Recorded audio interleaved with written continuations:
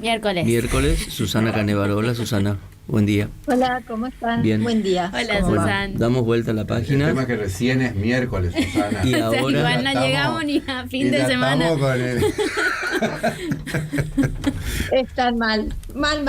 Bueno, yo los quiero sacar un poco de Por favor. ese estado así calamitosamente Vamos, el preocupante gato. de la Sí, sí, política sí. y todo eso.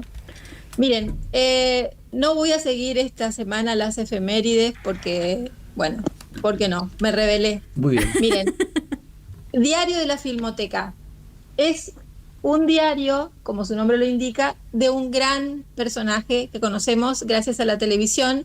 Se llama Fernando Martín Peña. Sí. Está publicado por Blatty Ríos, un trabajo editorial monumental que reúne en unas, 400 páginas el recorrido que ha hecho Fernando Martín Peña de su afición, ¿no? Porque no es profesional, es un amateur, un cinéfilo de aquellos, como muy pocos en Argentina, que guarda en su propia casa un archivo descomunal de películas, de no solo de cine argentino, sino del cine de todo el mundo.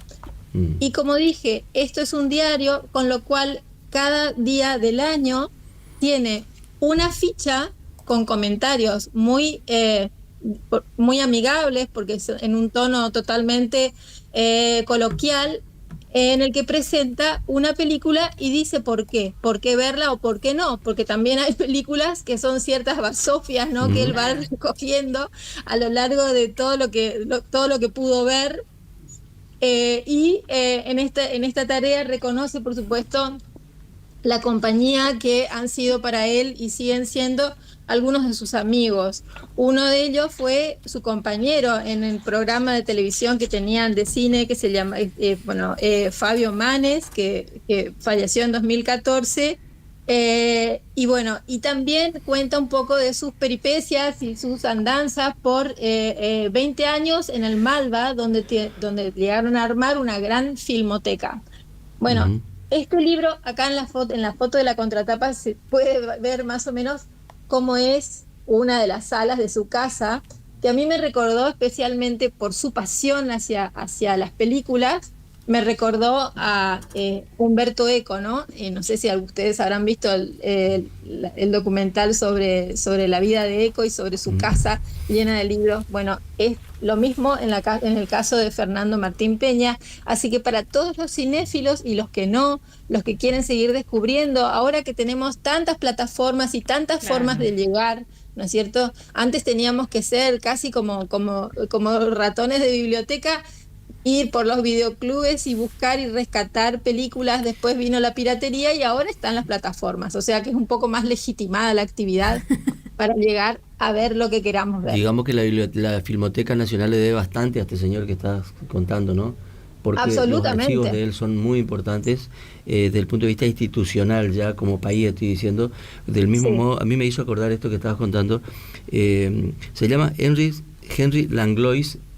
No sé cómo se pronuncia, porque en realidad nació en Turquía, de una familia francesa, ¿no? Y fue el recopilador de una cantidad de materiales del primer cine, del protocine, digamos, tal como lo conocemos hoy. Son los archivos de Henry Langlois, son los que fundaron la Cinemateca Francesa, ¿no? Y él hizo así un minucioso archivo también y comentarios de las películas, como vos lo estás señalando, en un libro que está editado en la Argentina, que ahora no recuerdo cuál es la editorial, pero estos tipos son únicos en el mundo, son dos o tres poquitos, ¿no? Que a ellos le debemos todo. En la Argentina está una copia de Metrópolis que descubren estas personas, ¿no? A eso, de eso hablamos. Claro. Son tipos centrales en la vida del cine. Sí. Bueno, Fernando Peña es un apasionado, un erudito, un cinéfilo empedernido, y yo creo que es un libro que para compartir con todos. Los chicos, por ejemplo, se pierden al no conocer a este libro o no conocer a este personaje, de ver películas de Laurel y Hardy, por ejemplo, totalmente. ¿No? Y bueno, les digo así, que vayan a buscar. Sí. No, y también del cine antiguo, que era experimental, además. En sus También. primeros años era experimental, por lo tanto hay mucho que descubrir ahí que no sabemos cómo se hacía. También. Ujú. Bueno, entonces, y quiero volver a... hace unos días habíamos presentado un libro, lo pasamos así por encima, muy abuelo de pájaro, por el libro de Andrés Neumann, Hasta que empieza a brillar, Ajá. que es la vida de María Moliner. Pero hoy me quiero detener en esta historia porque quiero decirles con todo mi corazón que es un libro que merece ser leído y releído. Es un libro fantástico.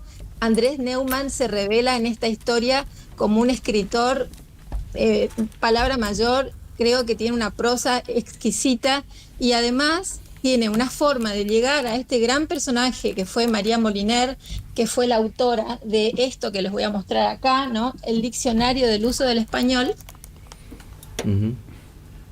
en 2 tomos. Bueno, hay toda una historia, incluso hasta la historia del porqué de la tapa de este diccionario, que ahora les voy a contar en un ratito. María Moliner nunca ingresó a la academia, a la Real Academia Española, por ejemplo. Primero porque la Real Academia Española en esos años, durante muchísimo tiempo, fue muy machista y la única mujer que entró en el lugar que debería haber entrado María Moliner fue Carmen Conde. Ujú. Hoy, no sé, creo que han cambiado un poco las cosas, pero en esos años había una gran, no rivalidad, sino una enemistad con Camilo José Cela, que era miembro ya de la Real Academia Española, por ejemplo, y ciertos personajes. Pero la vida de María Moliner en sí ella nació en 1900, tuvo una historia triste con su padre que los dejó en España y vino a Argentina y nunca más volvió a España. Entonces ella dijo que su padre había muerto, cuestión que no era cierta, por supuesto, pero ese duelo la acompañó siempre, de una familia, de una formación intelectual, a pesar de las vicisitudes, a pesar de los pesares justamente económicos, por ejemplo, que tenían en la familia. Bueno, ella sufrió los embates del franquismo, porque un buen puesto que tuvo fue denigrada, fue llevada a un puesto casi de escribiente en tiempos de Franco.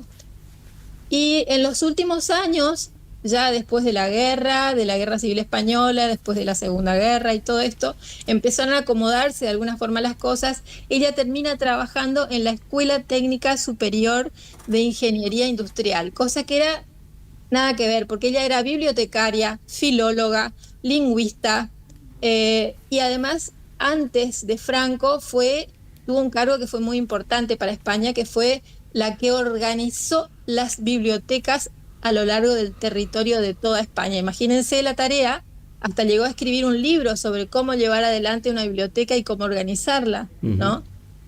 Bueno, pero esta historia está contada en un tono amoroso y además hay toda una cercanía, en realidad más que cercanía, una gran profundidad en algunas frases, en algunas situaciones que describe, hasta incluso incluye, ¿no?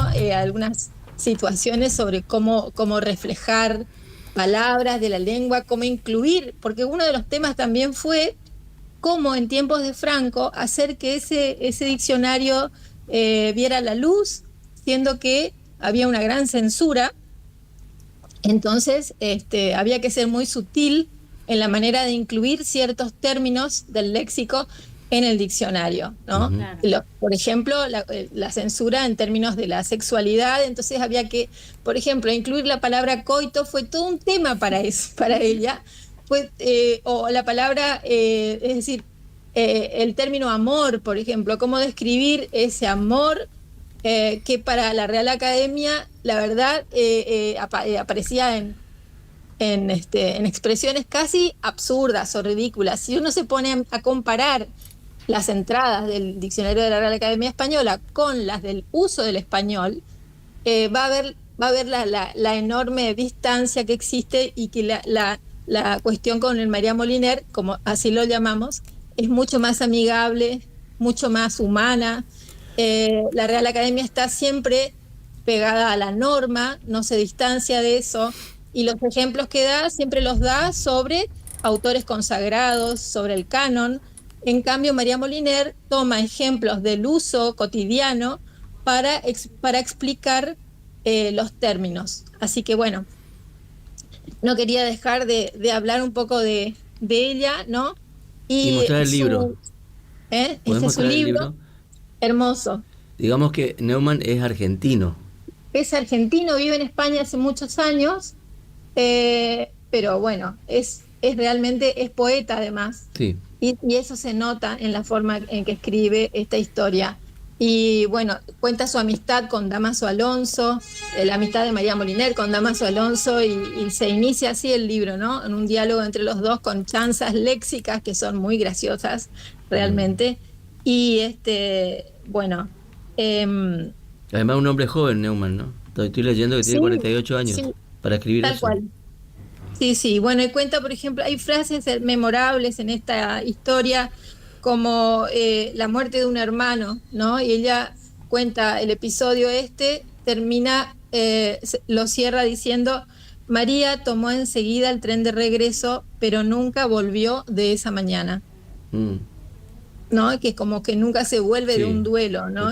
Hermoso, muy la verdad, podría decir muchas más, pero creo que vale la pena que, al contrario, María Moliner diría, no hay ninguna pena en valer la pena, no hay ninguna pena en leer este libro, al contrario, es un gozo permanente. Así que bien. Alfaguara. Y estoy con un reloj, chicos, me estoy controlando. Muy bien. Qué genial. Miren, acá estoy con un libro, un cómic, creo que es la primera vez que presentamos un cómic, del que se está hablando mucho, se llama Hierba. Debemos decir que la literatura coreana en general está creciendo mucho, yo no sé si es un signo de época. Sí, de hecho el cine también. El otro día fui al cine y había varios trailers de películas coreanas. Me sorprendió mucho. Bueno, pero fíjate los repositorios, como por ejemplo Netflix, también tienen una cantidad de películas y series no solamente ficcionales, sino series también de no ficción. Sí. Tal cual, sí. Hay, el tono de muchas de ellas es bastante ingenuo, podría pensarse, ¿no? Pero justamente pensé en eso cuando leí este libro, este cómic se llama Hierba, es de una autora, voy a leer su nombre porque es muy difícil, Keum-suk Gendry Kim. Es una dibujante, historietista, que cuenta la historia acá de una mujer que sufrió miren, esto solo blanco y negro. Más que un cómic, es una obra de arte porque tiene, la verdad, es trabajo blanco y negro nada más, pero cuenta la historia de una mujer que sufrió la explotación sexual. Una mujer pobrísima que vivió en Corea y que luego sufrió también al producirse la Guerra del Pacífico, la Segunda Guerra Mundial, es llevada prisionera, los japoneses ocupan Corea, hacen desmanes, y hay historias que no se conocían prácticamente hasta hoy, estas historias de abusos, de explotación que cuenta ella en este libro, muy necesario me parece, porque más allá de pasar por... Sería estúpido pensar que es una reivindicación feminista, no tiene nada que ver con eso. Creo que es una historia muy humana que necesita ser contada, que necesita hablar de esto, ¿no? Bueno, la bomba atómica no terminó con los lamentos porque la pobreza siguió. A Corea le costó muchísimo tiempo recuperarse, y sobre todo la historia familiar, la historia de esta mujer que, bueno, pasó por muchas cosas, fue expulsada de su casa, vendida por su padre, luego vendida nuevamente, no sé, es casi difícil ponerlo en palabras, por eso me parece que la idea del cómic, de hacerlo así dialogado en imágenes, con texto, hace que uno pueda llegar al final de este libro, porque si fuese solo prosa, creo que sería muy difícil de poder superar una historia tan dolorosa como esta, pero como dije, me parece súper necesario. Claro, y tienen esta característica artística que es la que tienen un poco las producciones coreanas, ¿no? Que es el dibujo, es un poco la esencia de este tipo de cosas. Exacto. Y esto me recordó, bueno, hay, para cerrar nada más les cuento que yo desconocía este dato. En Seúl, todos los miércoles, estas mujeres que sufrieron la explotación sexual durante la guerra en manos de los japoneses, se hacen una protesta frente a la embajada de Japón en Seúl, para exigir las responsabilidades del gobierno de Japón por las mujeres explotadas sexualmente. Y no exigen solamente un reconocimiento o un resarcimiento económico, sino más bien una disculpa sincera que hasta hoy dicen no han recibido. Así que bueno, fuera de todo sensacionalismo, este es un libro, Rilke hablaba de la belleza de lo terrible, creo que roza esa idea también. No me puedo acordar ahora justo, ¿no? Porque esa historia de las mujeres que van a reclamar todos los miércoles está contado en una crónica, en un libro de no ficción, pero bueno, ahora lamentablemente no me acuerdo. Pero es una gran historia también esa, ¿no? En sí misma, ¿no? En sí misma. Sí. Bueno, y este libro va de la mano de otro, seguramente lo recordarán, Persépolis, de Marjane Satrapi, que es una autora iraní, ¿no? Vive en Francia, recibió este libro, fue llevado al cine y fue candidata al Oscar en el 2006, creo, o en esos años. Y también cuenta la historia terrible de una niña que crece en Irán cuando explota la revolución y derrocan al Shah Reza Pahlavi y llega Khomeini. Bueno, cuenta toda esta historia también en un tono familiar, también en blanco y negro. Marjane Satrapi es historietista también. Y bueno, va en el mismo sentido que el libro de la coreana que acabamos de contar. Bueno. Así que bueno, salimos de las efemérides y para cerrar les cuento nomás que este mes, capítulo 1 cumplió el 11 27 años. ¡Ay, qué lindo! ¿Y cómo no hicimos nada? ¿Cómo no brindamos? Mi cumpleaños, tenemos que brindar. 27 años, así que nos merecemos, todos los lectores, nos merecemos premios, así que eso quería anunciar, que vamos a ir haciendo sorteos, chicos. Los voy a sacar un poco de su tónica tan seria. Muy bien. Y vamos a hacer como otros programas, vamos a ofrecer premios, a ver qué pasa. Ay, qué lindo. Bueno, felicitaciones, Susana, porque sos referencia, sin duda. Cuando alguien me pregunta, ¿dónde consigo este libro? ¿No lo consigo en un lado? Andá, Susana, que seguro te lo va a atender. Bueno, muchas gracias. Gracias, Susana. Gracias, Susana. Adiós. Susana Canevaro de capítulo 1 pasaba por acá y nos vamos, ¿no? No quiero dejar de mencionar un dato. Ayer falleció en Resistencia Cecilia Solá, referente de Ni Una Menos.